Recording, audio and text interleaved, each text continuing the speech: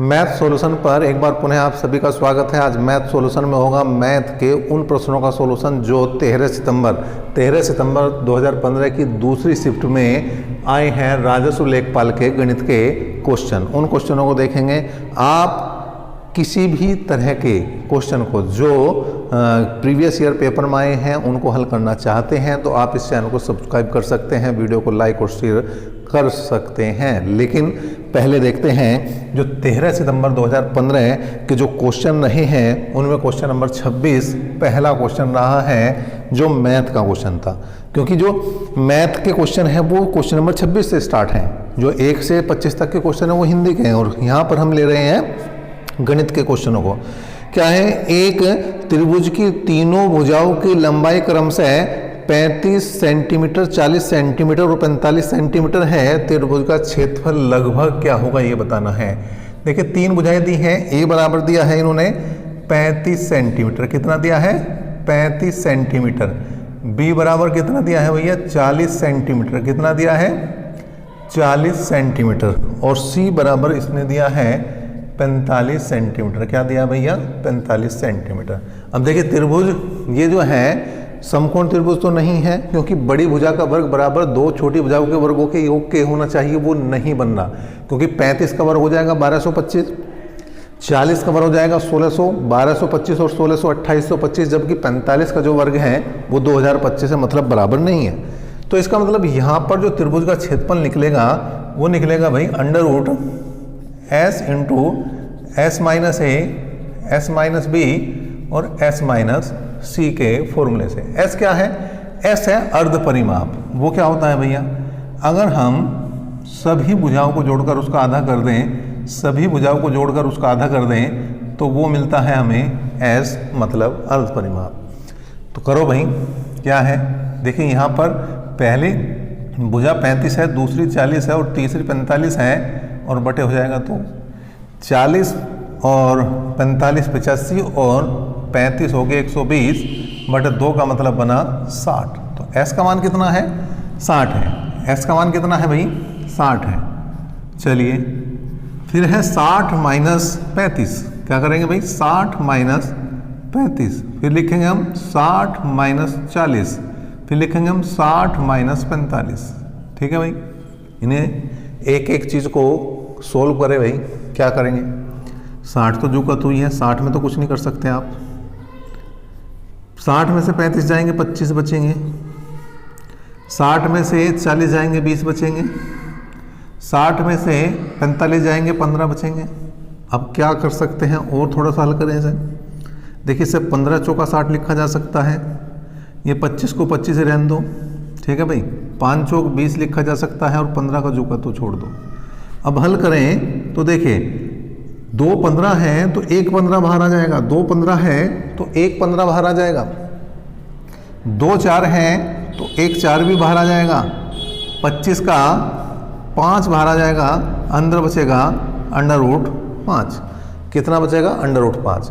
तो 15 चौका 60 और 60 पंजे 15 चौका 60 और 60 पंजे कितना हो जाएगा भैया 300। अब यहाँ रूट 5 की वैल्यू और देखनी है हमें। क्या करना, रूट 5 की वैल्यू क्या है भाई। अब देखें 5.00 लगाया, 2 दूनी 4, 1 बचा, अगला जोड़ा उतार दिया, इसका डबल करा और यहाँ पर कितनी बार 2 बार माननी चल जाएगी। ठीक है, कुल मिलाकर हम इसे लिख सकते हैं 2.2। ठीक है, लगभग में वैल्यू पूछ रहा है तो बात करेंगे। अगर हम यहाँ पर गुणा कर दें तो 22 तिया 66, 660 के आसपास, 660 के आसपास कौन सी वैल्यू आ रही है। मतलब अगर यहाँ पर लगभग में वैल्यू देखें तो 670.82 सेंटीमीटर स्क्वायर जो है वो इसके बिल्कुल नज़दीक वैल्यू आ जाएगी। जब हम पूरी वैल्यू इसकी निकालेंगे और आगे 2-3 पॉइंट तक निकालेंगे तो आपका क्वेश्चन का जो आंसर बनेगा वो कितना बनेगा भाई 670.82 के लगभग। उसने पूछा भी लगभग में ही है तो लगभग में ही हमने निकाल भी दिया। इसे अभी और भी आगे चलना है, ऐसा नहीं कि 2.2 ही रहेगा। बच्चे कहेंगे जी 660 आना चाहिए उत्तर गलत है, नहीं, यहाँ पर लगभग में, क्योंकि वहाँ पर आप आगे भी अभी वैल्यू निकाल सकते हैं। चलिए क्वेश्चन नंबर 27 की बात करते हैं, जो इस पेपर का दूसरा क्वेश्चन था। देखिए पेपर बनाने वाला इस तरह से बनाता है कि एक क्वेश्चन में अगर टाइम ज़्यादा लगे तो दूसरे में कम लगे। अब देखते हैं, ऐसे भी क्वेश्चन मिलेंगे जो आपको बिना लिखे भी हो जाएंगे। एक शोधकर्ता ने निम्नलिखित प्रतिदर्श आंकड़ों के एकत्रित किया। एक आंकड़े दिए उसने 5, 12, 6, 8, 5, 6, 7, 5, 12, 4 और 1 की माध्यिका निकालनी। क्या निकालनी? माध्यिका। अब देखिए माध्यिका कभी निकालनी हो आपको और आंकड़े दिए गए हैं तो आपको क्या करना है, या तो आरोही क्रम लगाओ, या तो आरोही मतलब असेंडिंग ऑर्डर, या डिसेंडिंग ऑर्डर मतलब अवरोही क्रम। ठीक है, तो आरोही क्रम लगाया मतलब बढ़ता हुआ क्रम। सबसे पहले सबसे छोटी संख्या क्या है भाई? 1 है। उसके बाद में 1 के बाद में दूसरी संख्या क्या है? 4 है। 4 के बाद में क्या है भाई? 5 भी है, और 5 एक और है, वो भी लिख दो। ठीक है, 5 और तो नहीं है? नहीं है बिल्कुल है एक और भाई, 5 3 हो गया। अब उसके बाद क्या है? 6 है, चलिए। एक और 6 है, चलिए। इसके बाद 7 भी है, चलिए। उसके बाद जो है 12 है, चलिए। और उसके बाद 12 है, तो चलिए कुल मिलाकर 1 2 3 4 5 6 7 8 9 10। ठीक है जी, देखें भाई कितना है? 1 2 3 4 5 6 7 8 9 10 11 है भाई। ठीक है, तो क्या चीज छूटी हमारे से? 5 12 6 8। अच्छा अभी 8 भी बचा हुआ, देखिए 8 बचा हुआ, तो 8 यहाँ पर लिखो। ठीक है, अब सही है।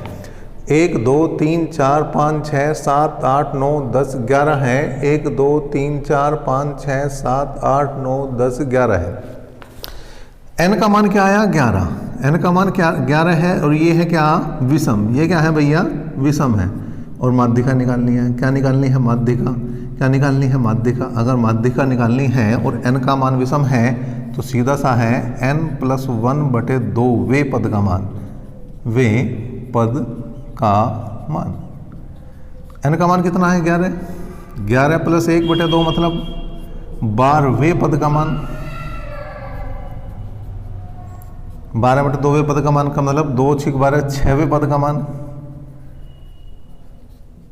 मतलब क्या है कि जो छठे नंबर पर आ रहा होगा वही उत्तर है। 1 2 3 4 5 और 1 6, तो कुल मिलाकर इसका तो उत्तर भी 6 ही बन गया। छठे पद पर भी क्या आया? 6 ही आया। नेक्स्ट देखते हैं क्वेश्चन नंबर 28। चलिए भाई क्वेश्चन नंबर 28 क्या कह रहा है उसे भी समझ लेते हैं, जान लेते हैं, कर लेते हैं। क्वेश्चन नंबर 28 क्या कहा इसने? यदि एक त्रिभुज की भुजाओं का अनुपात 3:4:5 है तो उनका क्षेत्रफल 216 सेंटीमीटर स्क्वायर है, तो परिमाप बताना है। देखें 3:4:5 है, तो आपको पता है 3 4 और 5 तो ट्रिपलेंट है। ट्रिपलेंट है तो ये त्रिभुज कैसा हो गया? ये त्रिभुज हो गया समकोण। कैसा त्रिभुज हो गया? समकोण त्रिभुज है। कैसा त्रिभुज है? समकोण त्रिभुज है भैया। अब यहाँ पर त्रिभुज का क्षेत्रफल दिया है। त्रिभुज का क्षेत्रफल कितना दे रखा है? 216 सेंटीमीटर स्क्वायर। त्रिभुज का क्षेत्रफल क्या हो जाएगा भाई? 1/2, 2 छोटी भुजाओं का गुणनफल। पहली छोटी भुजा होगी 3x, दूसरी छोटी भुजा होगी 4x, और बराबर है भैया 216। 2 दूनी 4, 3 दूनी 6, 6 से काट देंगे तो 36 बार कटेगा। कुल मिलाकर x² बराबर आया 36। या मैं बात करूं तो x की वैल्यू कितनी बनेगी मेरे भाई? 6 बनेगी। कितनी बनेगी? 6। अब हमें परिमाप निकालना है। क्या निकालना है? हमें परिमाप निकालना है। क्या निकालना है हमें? परिमाप। परिमाप क्या है? तीनों भुजाओं का योग। तो एक तो 3x है, दूसरी 4x है, तीसरी 5x है। सबको जोड़ दो, 5 4 9 और 3 12x, और x की वैल्यू कितनी है? 6। 12 6 72 सेंटीमीटर। क्या बनेगा भैया? 72 सेंटीमीटर बनेगा इस त्रिभुज का परिमाप। क्वेश्चन नंबर 28 भी आपने देखा है। अब देखिए उसे अगला क्वेश्चन देखते हैं। 28 के बाद बात आती है क्वेश्चन नंबर 29 की। किसकी बात कर रहे हैं? 29वें क्वेश्चन की। देखिए 29वें क्वेश्चन को कितनी आसानी से करने जा रहे हैं हम, वो देखेंगे आप। रघु ने 1200 किलोमीटर की यात्रा हवाई जहाज से तय की, जो उसकी कुल यात्रा का 2/5 भाग थी। उसने कुल यात्रा का 1/3 भाग कार द्वारा और शेष यात्रा रेलगाड़ी द्वारा तय की है। तो रेलगाड़ी द्वारा कुल कितनी यात्रा तय की? देखिए भाई, इसने हवाई जहाज से कितनी तय की यात्रा? 2/5। ठीक है। और कार से कितनी यात्रा तय की? कार से तय की इसने 1/3। शेष है रेलगाड़ी द्वारा शेष। अब शेष देखें कितनी भाई। पहले क्या करो, आप इनका एलसीएम ले लो। 5 और 3 का 5 और 3 का एलसीएम आया 15 है। 15 से इसे गुणा करो, 15 से इसे गुणा करो, तो 3 पंजे 15 और 5 तिया 15, तो कुल मिलाकर 3 दूनी 6 और 5 एकम 5। अब एक बात समझ के चलो, क्या जो एलसीएम आया है, जो लय से आया है, जो एलसीएम आया है, जो लय से आया है, वही क्या है?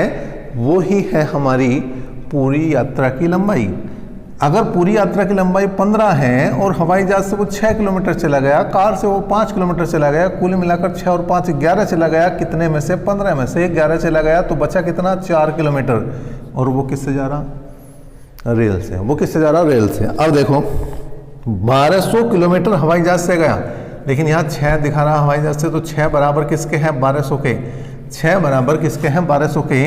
तो 4 बराबर किसके आएगा? रेलगाड़ी के बराबर आएगा। किसके बराबर आएगा? रेलगाड़ी के। तो 6 दूनी 12, और अगर मैं क्रॉस मल्टीप्लाई करूँगा तो रेलगाड़ी का मान कितना आ जाएगा भाई? 200 गुणा 4 बराबर 800 किलोमीटर जो है वो किससे चलेगी भाई? रेलगाड़ी से गया है रघु। कौन गया है? रघु।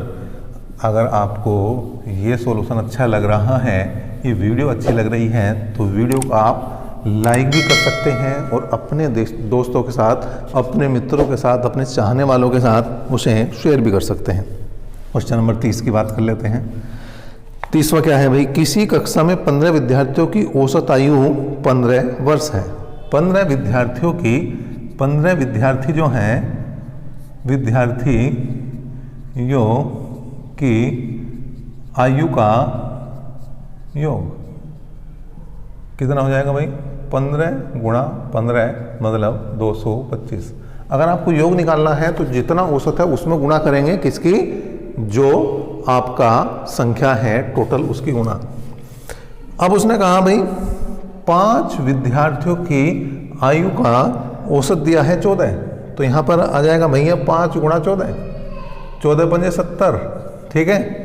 और 9 विद्यार्थियों की आयु का औसत जो दिया गया है वो 16 दिया गया है, तो 9 गुणा 16, 16 निम्मा 144। अब देखिए 5 की 1 पता है तुम्हें योग, 9 का 1 पता है, 5 और 4, 5 और 9 हो गए 14, तो यहाँ पर 14 बन रहे हैं और यहाँ पर योग जो बना है वो कितना बन गया? वो 214 बना। इधर टोटल जो कैंडिडेट है वो 14 है और उन 14 का योग कितना है? 214। अब अगर 15 में से 1 घटा दूंगा तो जो बचेगा वो एक विद्यार्थी मतलब कौन सा? 15वां। जो एक विद्यार्थी जो 15वां है वही घटा के मिल जाएगा कि इसमें से 225 में से 214 को घटा देंगे, कितने बचेंगे? 11। और यही तो इस क्वेश्चन का हल है, यही तो इस क्वेश्चन का आंसर है। क्या भाई? क्वेश्चन नंबर 30 का जो आंसर बना वो कितना बना? वो बना 11 वर्ष। ए ऑप्शन सही। क्वेश्चन नंबर 31वां तो यहीं पर आ जाएगा भाई। आंकड़ा समूह सबसे अधिक बार आने वाला मान क्या कहलाता है? अगर कोई आंकड़े दे रखे हैं और उनमें एक संख्या बार बार रिपीट हो रही है, सबसे ज्यादा बार जो रिपीट हो रही है वो क्या कहलाती है? वो कहलाती है बहुलक। क्या कहलाती है? वो कहलाती है बहुलक। क्या कहलाती है? वो कहलाती है बहुलक। जो ज्यादा बार आता है वो क्या कहलाता है? बहुलक कहलाता है। जैसे 4 आया, 3 आया, 2 आया, 4 आया, 5 आया, 8 आया, 4 आया, 3 आया, 4 आया, तो सबसे ज्यादा बार क्या आ रहा? 4। तो इसका बहुलक क्या हो जाएगा? 4 हो जाएगा। तो ये केवल ये बात पूछी थी उसने क्वेश्चन नंबर 31 में। मैंने पहले ही बताया था आपको कि पेपर सेट करने वाला ऐसा पेपर सेट करता है कि कुछ क्वेश्चन तो आपको देखते ही निशान लगा दोगे आप, कुछ क्वेश्चन में आपको कैलकुलेशन भी करनी पड़ेगी, क्योंकि उसे पूरा ध्यान रखना है कि आपका पेपर कितने समय का है, कितने समय में आपको पेपर हल करना है, तो उसी हिसाब से वो क्वेश्चन देता है। 2 संख्याओं का लय से 520 में से 4 है, पहली संख्या 52 है, तो दूसरी संख्या क्या है? देखिए फॉर्मूला याद होना चाहिए। पहली संख्या गुणा दूसरी संख्या बराबर लय से गुणा में से। ठीक है भाई। पहली संख्या है यहाँ पर 52, दूसरी संख्या हमें निकालनी है लेस है 520 और में से है 4, 52 से काट दिया भैया 10 बार कटा, तो दूसरी संख्या कितनी आई? 40 आई। कितना आसान है ये क्वेश्चन। क्वेश्चन नंबर 33 भी देख लो भाई। क्वेश्चन नंबर 33 क्या कह रहा? एक समचतुर्भुज का क्षेत्रफल 500 सेंटीमीटर स्क्वायर है। एक समचतुर्भुज का क्षेत्रफल 500 सेंटीमीटर स्क्वायर है। इसके एक विकर्ण की लंबाई 25 सेंटीमीटर है, तो दूसरे विकर्ण की लंबाई बतानी। समचतुर्भुज का क्षेत्रफल कितना है भाई? 500 सेंटीमीटर स्क्वायर। ये क्या होगा भाई? 1/2 d1 इंटू d2। फॉर्मूला होता है 1/2 d1 इंटू d2।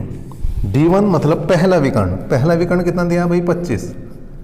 दूसरा विकर्ण निकालना भाई, निकाल दोगे ऐसा तो भाई। 25 दूनी 50, कुल मिलाकर 20 आया, और d2 की वैल्यू 20 दूनी 40 सेंटीमीटर बनेगी। मतलब जो दूसरा विकर्ण है वो कितनी लंबाई का है? वो 40 सेंटीमीटर का है। कितने का है भैया? 40 सेंटीमीटर का है। बात करते हैं क्वेश्चन नंबर कौन से की? 34 की। क्वेश्चन नंबर 34 क्या कह रहा है भाई? देखिए भाई, क्वेश्चन नंबर 34 क्या कह रहा?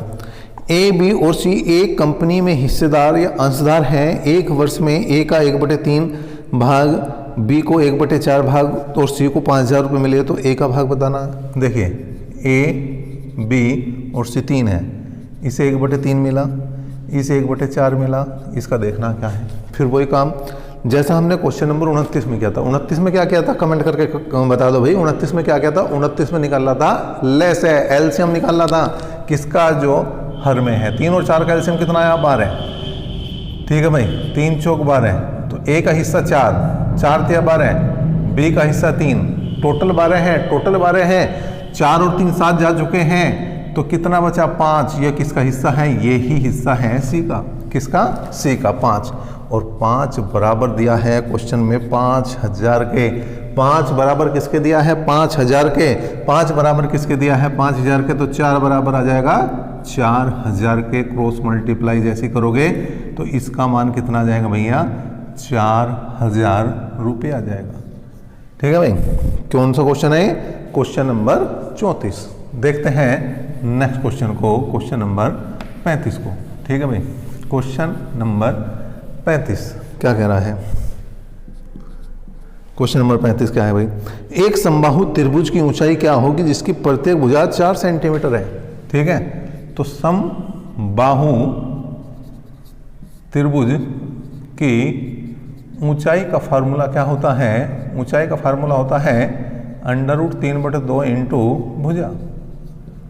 ठीक है, अब √3/2, भुजा का मान 4 है, तो 2 दूनी 4, तो बचा 2√3 सेंटीमीटर जो है वो बनेगा इसका आंसर। क्वेश्चन नंबर 36 क्या है भाई?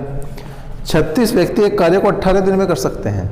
36 व्यक्ति एक कार्य को 18 दिन में कर सकते हैं। 27 व्यक्ति उस कार्य को कितने दिन में करेंगे? देखो 36 व्यक्ति किसी काम को कर रहे हैं 18 दिन में, तो 27 कितने दिन में करेंगे? दिन निकालने हैं। ठीक है भाई, काट दो भाई। 9 दूनी 18, 9 तिया 27, 3 से काट दिया, 12 तिया 36, और कुल मिलाकर दिन आए 12 दूनी 24 दिन। क्या ध्यान रखना आपको? जब भी ये सिंपल सा क्वेश्चन हो तो आदमी गुणा दिन, m1 d1 बराबर होता है m2 d2 के। बस ये ध्यान रखना, इतने से ही आपका काम बन जाएगा, इतने से ही आपका एक क्वेश्चन हो जाएगा। नेक्स्ट क्वेश्चन की बात करते हैं। क्वेश्चन नंबर जो होगा आपका 37वां 37। क्वेश्चन नंबर 37 क्या कह रहा है भाई? इसमें देख लो। क्वेश्चन नंबर 37 क्या है? एक धनराशि साधारण ब्याज पर 2 वर्ष के लिए निश्चित दर से दी जाती है। यदि 3% उच्चतर दर पर दी जाती तो 300 रुपये अधिक प्राप्त होते। धनराशि क्या है? देखिए, अगर 2 साल के लिए 3% की दर ज़्यादा ली जाती तो कुल मिलाकर 6% ज़्यादा मिलता, और जो 6% है वही किसके बराबर है? 300 के। वही किसके बराबर है? 300 के। 6% ही बराबर किसके हैं? 300 के। तो 100% बराबर किसके आ जाएगा? मूलधन के। 100% बराबर किसके आ जाएगा भाई? मूलधन के। तो 6 पंजे 30, तो मूलधन कितना बना भाई, तो मूलधन बन गया 50 की 100 में गुणा कर दोगे 5,000 रुपये। परसेंटेज से परसेंटेज हट जाएगा। अगर बच्चे कमेंट करेंगे कि भाई परसेंटेज कहाँ गया, तो परसेंटेज से परसेंटेज हट गया। नेक्स्ट देखते हैं क्वेश्चन नंबर 38। क्वेश्चन नंबर 38 क्या है उसे भी देख लो भाई। 38 बार क्या कह रहा है, यदि एक भिन्न के हर में एक जोड़ा जाता है तो भिन्न 1/2 हो जाती है। यदि भिन्न के अंश में एक जोड़ा जाता है तो भिन्न 1 हो जाती है। भिन्न के अंश और हर का योगफल क्या है। अब देखिए भाई, ऑप्शन दिए हैं इन्होंने कितने, 5, 11, 14 और 21। अब पहली कंडीशन को छोड़कर आप दूसरी कंडीशन देखो क्या कहा उसने, यदि भिन्न के अंश में एक जोड़ दिया जाए तो भिन्न 1 हो जाती है। मतलब जब हम भिन्न के अंश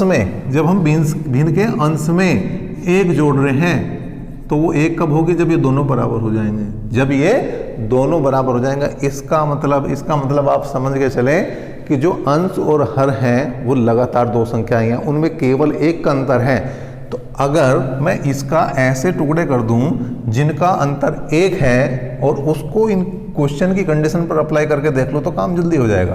देखिए 5 कैसे टुकड़े करो जिनका अंतर 1 हो, तो 2 और 3 हो जाएंगे भाई। अब कंडीशन लगाओ पहले वाली, क्या है उसने कहा, अगर देखिए अंश छोटा है हर बड़ा है, इसका मतलब 2/3 भिन्न होगी वो।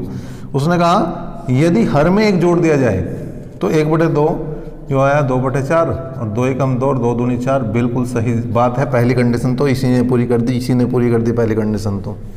और यदि भिन्न के अंश में एक जोड़ दिया जाए, यदि भिन्न के अंश में एक जोड़ दिया जाए तो ये 1 बन जाती है। बिल्कुल बननी है 1, इसका मतलब ये तो उत्तर ही आ गया भैया, उत्तर ही पहला आ गया। अच्छा दूसरे को करके देखें भाई, अगर मैं ऐसा करके देखूँ तो ये 5 और 6 होंगी, 5 और 6 होंगी।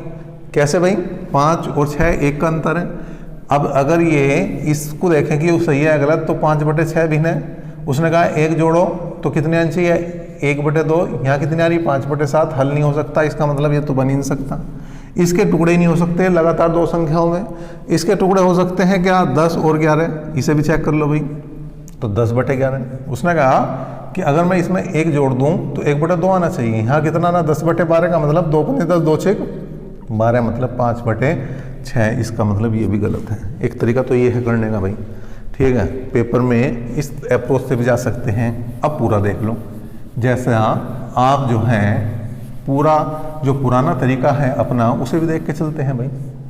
क्या है, हमने मान लिया जो अंश है वो x है और जो हर है वो y है, तो भिन्न कितनी होगी, तो भिन्न होगी हमारी x/y।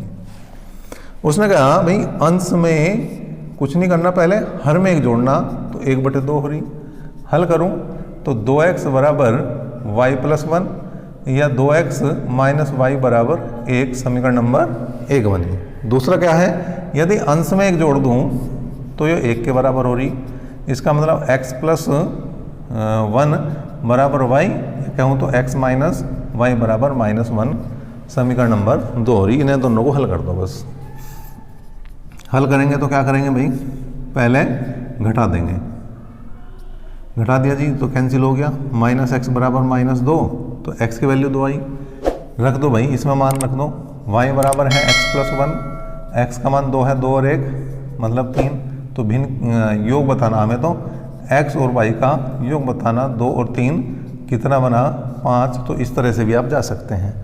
वैसे मैं समझता हूँ पहला तरीका आपको ज़्यादा बढ़िया लगा हो। कौन सा तरीका अच्छा लगा है ये कमेंट बॉक्स में बिल्कुल बता सकते हैं। चलिए, इस पेपर के हमने ये अभी जो क्वेश्चन लिए हैं वो 26 से 38 तक के ले लिए हैं। आगे के जो क्वेश्चन हैं वो अगली वीडियो में हम कवर करेंगे। अभी तक के लिए इतना ही। नेक्स्ट क्लास तक के लिए बने रहे हमारे साथ।